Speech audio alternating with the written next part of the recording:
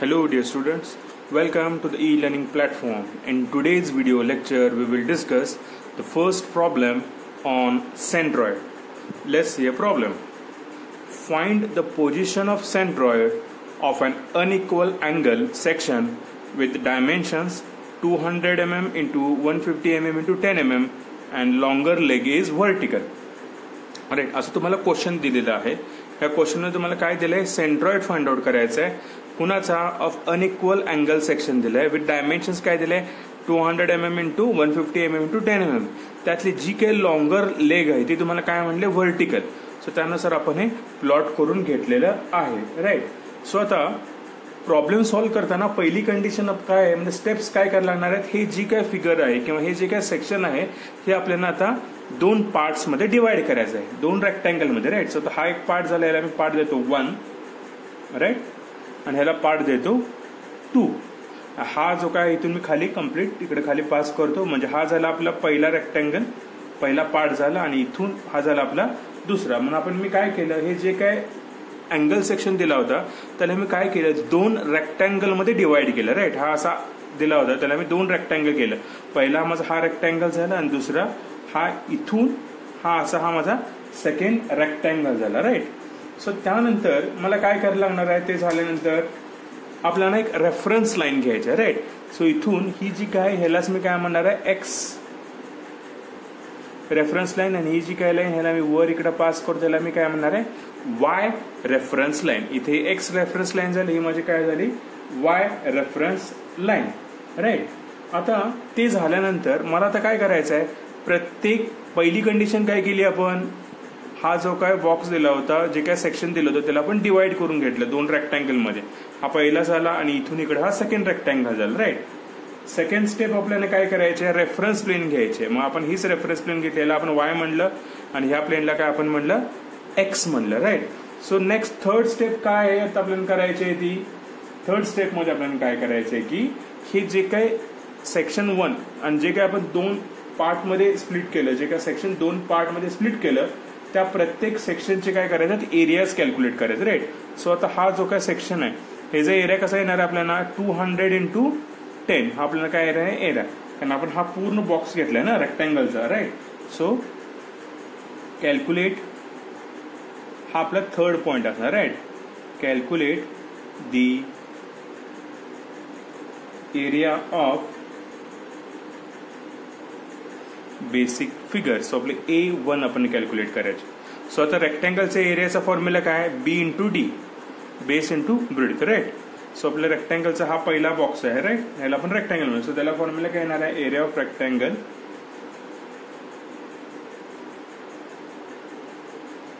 Is rectangle number 1. हा rectangle नंबरचं काय येणार आहे बी इंटू डी. सो आपण तिथे काय येणार 200 इंटू 10. राईट, सो 200 इंटू 10 किती आलं ते आपलं 2000 mm स्क्वेअर. राईट, नाव नेक्स्ट A2 काढायचं. दॅट A2 म्हणजे काय, एरिया ऑफ रेक्टँगल 2. त्याला फॉर्म्युला काय बी इंटू डी. हा कुठून आहे, इथून आहे. राईट, हा एरिया आपला, हा आपला सेकंड एरिया. राईट, सो आपण ह्याला 150 घेऊ शकतो का, नाही. या 150 मधून किती गेले, हे 10 गेले. किती गेले, 150 मधून हे 10 गेले आपले. राईट, कसं करायचं आपल्याला 150 मायनस 10, कारण हा सेकंड बॉक्स आपला कुठून आहे, इथून आहे रेक्टँगल. राईट, हा सेकंड रेक्टँगल आपला हा एवढाच आहे. सो त्यासाठी काय करायचं आपल्याला, ह्या 150 मायनस 10 किती आले, 150 मायनस 10, 150 मायनस 10 इंटू हे किती आहे 10, असं करायचं. कारण हा सेकंड रेक्टँगल इथून आहे का आपला, नाही, ह्या पॉइंट पासून आहे. सो टोटल डिस्टन्स किती आहे 150. 150 मध्ये हे डिस्टन्स किती आहे 10, हे आपण घालवलं. किती आलं 140. सो 150 मायनस 10 इंटू हे 10. राईट, सो 150 मायनस 10 आलं 140 आणि इंटू 10. सो किती आलं त्याचा area 1400 mm square. So area काय आला आपल्या तिथं 1400 mm स्क्वेअर. सो आपल्याला काय काढायचं आहे, टोटल एरिया. नेक्स्ट काय करायचं आपल्याला, टोटल एरिया. टोटल एरिया म्हणजे इट इज कॅपिटल ए. ते म्हणजे काय असणार आहे A1 प्लस A2, म्हणजे एरिया 1 प्लस एरिया 2. एरिया 1 किती आला आपला 2000 mm स्क्वेअर. प्लस एरिया 2 किती आला आहे 1400. So total area A is equal to 3400 mm square. Right. आता आपण हे लक्षात आलं का, आता आपण आतापर्यंत स्टेप्स केलेले. पहिली स्टेप काय केली, ही जी काय बेसिक फिगर आहे त्याला आपण 2 पार्टमध्ये डिवाइड केलं, 2 सेक्शनमध्ये. पहिला सेक्शन हा रेक्टँगल घेतला, दुसरा सेक्शन हा रेक्टँगल घेतला. राईट. त्यानंतर नेक्स्ट स्टेप काय घेतली आपण, रेफरन्स ऍक्सिस घेतले, एक्स ऍक्सिस आणि वाय ऍक्सिस. थर्ड आपण काय केलं, जे काय 2 सेक्शन्स केले त्याचे एरिया काढले. पहिला सेक्शन जो रेक्टँगलचा होता त्याला आपण एरिया घेतला डायरेक्ट 200 × 10, आपल्याला ते एरिया मिळाला. सेकंड सेक्शन आपला इथून आहे. राईट. सो त्यासाठी काय घेतलं, टोटल लेंथ 150 दिली होती. हे 150 घेऊन चालणार आहे का आपल्याला, नाही, इथून दिले ना 150. सो आपल्याला 150 मधनच हे डिस्टन्स मायनस करा, किती आलं 140. सो 140 × 10 केल्यानंतर आपल्याला सेकंड एरिया मिळाला. राईट. त्यानंतर आपण काय केलं, टोटल एरिया काढून घेतला, A is equal to A1 + A2. Right. त्यानंतर आपली फोर्थ स्टेप काय सांगते की तिथं कुठं रेफरन्स प्लेन आहे बघा, म्हणजे आपल्याला लाईन ऑफ सिमेट्री इथं कुठं काढता येते का, किंवा हा ऑब्जेक्ट एक्स ऍक्सिसला सिमेट्रिक आहे का, वाय ऍक्सिसला सिमेट्रिक आहे का, बघा आहे का इथं सिमेट्रिक, हा आपला कंपोनंट नाही. सो त्यावरती प्रोसेस आपली गेली. नेक्स्ट प्रोसेस आपल्याला आता काय करायचे, डिस्टन्स काढायचे. राईट. सेंट्रॉइड काढायचं आहे. सो तर ह्या एक्सच्या पॉईंटवरून आपल्याला आता विथ रेफरन्स टू ह्या हे जा सेंट्रॉइड x1 आणि y1 आपल्याला काढायचे आहेत. राईट. सो काय करायचं आपल्याला आता,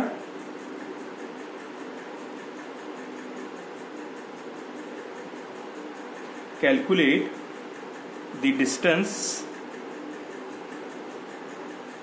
of centroid of basic figure. So आता x1 कॅल्क्युलेट करायचं. राईट. x1 म्हणजे काय, पहिलं ह्याचं ते कुठलं येणार विथ रेफरन्स, x1 म्हणजे असे डिस्टन्स आपले येणार. राईट. सो इथून हे x, आता कसं असणार आहे, इथून x हे जे काय पार्ट आहे ह्या डिस्टन्स पासून आपल्याला एक्स डिस्टन्स घ्यायचा असेल. सो आता हा बॉक्स आपला पहिला आहे. सो इथं ह्याचा सेंट्रॉइड कुठं आला, मिडला. सो इथून आपल्याला काय काढायचं आहे, x1 काढायचं आहे. काय काढायचं आपल्याला, x1. राईट. सो x1 काय असणार आहे आपलं, हे डिस्टन्स बाय 2. सो ह्या पार्टसाठी रेक्टँगलसाठी काय असणार आहे, distance of CG from Y axis घ्यायचं, किती असणार आहे 10/2. काय घ्यायचं तिथं, डिस्टन्स ऑफ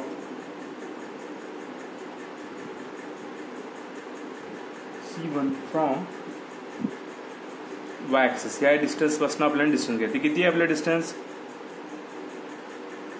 पार्ट 1चं किती आहे, हे डिस्टन्स किती आहे 10. सो 10/2. सो डिस्टन्स किती झालं आपलं 5 mm. नेक्स्ट कुठलं काढायचं, x2 काढायचं. राईट. आता x2 म्हणजे काय, ह्या पॉइंट पासून इथं आपला कन्सिडर करा x2 आहे. राईट. x2 डिस्टन्स आपल्याला आता इथं काढायचं आहे. सो x2 डिस्टन्स म्हणजे इथून इथं हे डिस्टन्स मला काय काढायचं, आता काढायचं पार्ट 2 साठी. आता पार्ट 2 साठी आपल्याला हे डिस्टन्स काढताना हा पार्ट पहिला किती आहे 10 mm आहे. Right. So distance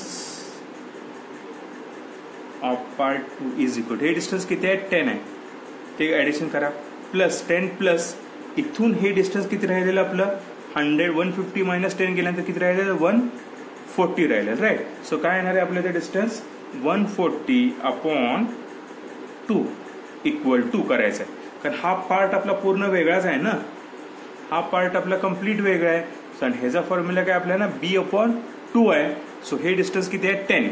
so 10 plus हे डिस्टन्स अपॉन 2 करायचं, किती आहे डिस्टन्स 140 मायनस 10 केल्यानंतर 140/2. सो ते कॅल्क्युलेट करून घ्या. 10 प्लस 140/2 किती आलं आपलं ते 80 mm. राईट. नाव नेक्स्ट काय कॅल्क्युलेट करायचं आपल्याला, आता y काढायचं. राईट. काय काढायचं, आता आपण हे जे काही डिस्टन्स घेतले हे काय काढून घेतले आपण with respect to Y axis घेतले. Calculate distance basic figure form आपण काय काढले, वाय ऍक्सिस आपण घेतलेले, ते वाय ऍक्सिस पासून हे असे डिस्टन्स आपण एक्स कॅल्क्युलेट केले. आता नेक्स्ट आपल्याला काय डिस्टन्स घ्यायचे आहे, calculate the distance of centroid of basic figure from x axis. आता y1 काढायचं. y1 म्हणजे इथून वर, राईट. सो इथून आता हा पॉइंट काय काढायचं आहे, y1.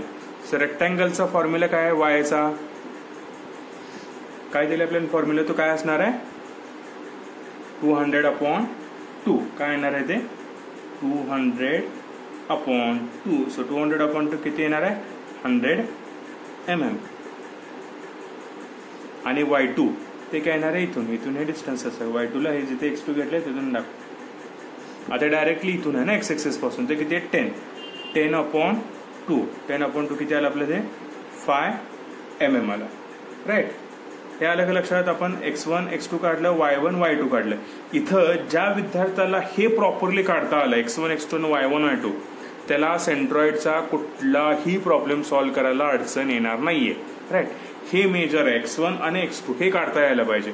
हे जर काढता आलं की त्यांना पुढचे कुठलेही प्रॉब्लेम सॉल्व्ह करायला अडचण अजिबात येणार नाही, राईट. सो आता नेक्स्ट काय काढायचं आपल्याला, आता x बार आणि y bar, right. Let x bar and y bar be the coordinates of centroid G. So the calculate x bar. आपल्याला काय करायचं आता, calculate x bar. So x bar चा फॉर्म्युला काय, x bar is equal to a1 x1 plus a2 x2 upon a. आपल्याला a1 किती आलेलं आहे ते इथे अवेलेबल आहे. a1 किती आहे 2000 mm, a2 किती आहे 1400 आणि x1 किती आहे 5 आणि x2 किती आहे 80, राईट. सो ते व्हॅल्यू त्यामध्ये आपल्याला काय करायचं आता, इन्सर्ट करायचं, राईट. सो a1 किती आहे आपली 2000 इंटू x1 किती आहे 5 प्लस a2 किती दिलं आपल्याला 1400 इंटू x2 किती आहे 80 अपॉन a म्हणजे काय टोटल एरिया. टोटल एरिया किती आपला 3400. सो ते कॅल्क्युलेट करा किती येते बघा आता 2000 इंटू 5 प्लस 1400 इंटू 80 अपॉन 3400 किती आलं 35.88 mm. हे काय आलं आपलं x बार आला. नाव कॅल्क्युलेट y बार. y बारचा फॉर्म्युला काय आहे a1 y1 plus a2 y2 upon a, right. a1 माहिती आहे आपल्याला a1 किती आहे 2000 mm स्क्वेअर, a2 किती आहे 1400 स्क्वेअर, y1 किती आहे 100, y2 किती आहे 5. सो ती व्हॅल्यू आपल्याला काय करायचं आहे या फॉर्म्युलामध्ये इन्सर्ट करून y बार काढायचं, राईट. a1 किती आहे 2000 इंटू y1 100 प्लस a2 किती आहे आपलं 1400 इंटू y2 किती आहे 5 अपॉन टोटल एरिया किती आहे 3400. So y bar is equal to value calculate करा 2000 इंटू 100 प्लस 1400 इंटू 5 अपॉन 3400 किती आलं ते 60.88 mm, राईट. हे आपल्याला इथे मिळालं. आता हे जे काही आपल्याला व्हॅल्यू मिळालं 35.88 आणि 60.88 ते व्हॅल्यूज आपल्याला फक्त त्या फिगरमध्ये फक्त रफली दाखवायचे आहेत, राईट. सो टोटल आपला आन्सर किती आलं y bar is equal to 35.88 and x bar is equal to 35.88 and y bar is equal to 60.88 mm. आता हे जे काही दोन व्हॅल्यूज आलेत हे आपल्याला व्हॅल्यू फक्त रफली आपल्याला काय करायचं इथं दाखवायचे आहेत. म्हणजे हा आपल्याला इथं सेंट्रॉइड आला, इथून हे एक्स बार आणि इथून हे आपलं वाय बार. राईट, ते किती आले एक्स बार वाय बार आणि ती व्हॅल्यू इथे लिहायची 35.88 60.88 हे आपलं झालं. राईट, इथं आपला हा प्रॉब्लेम सॉल्व करून कंप्लीट झालेला आहे.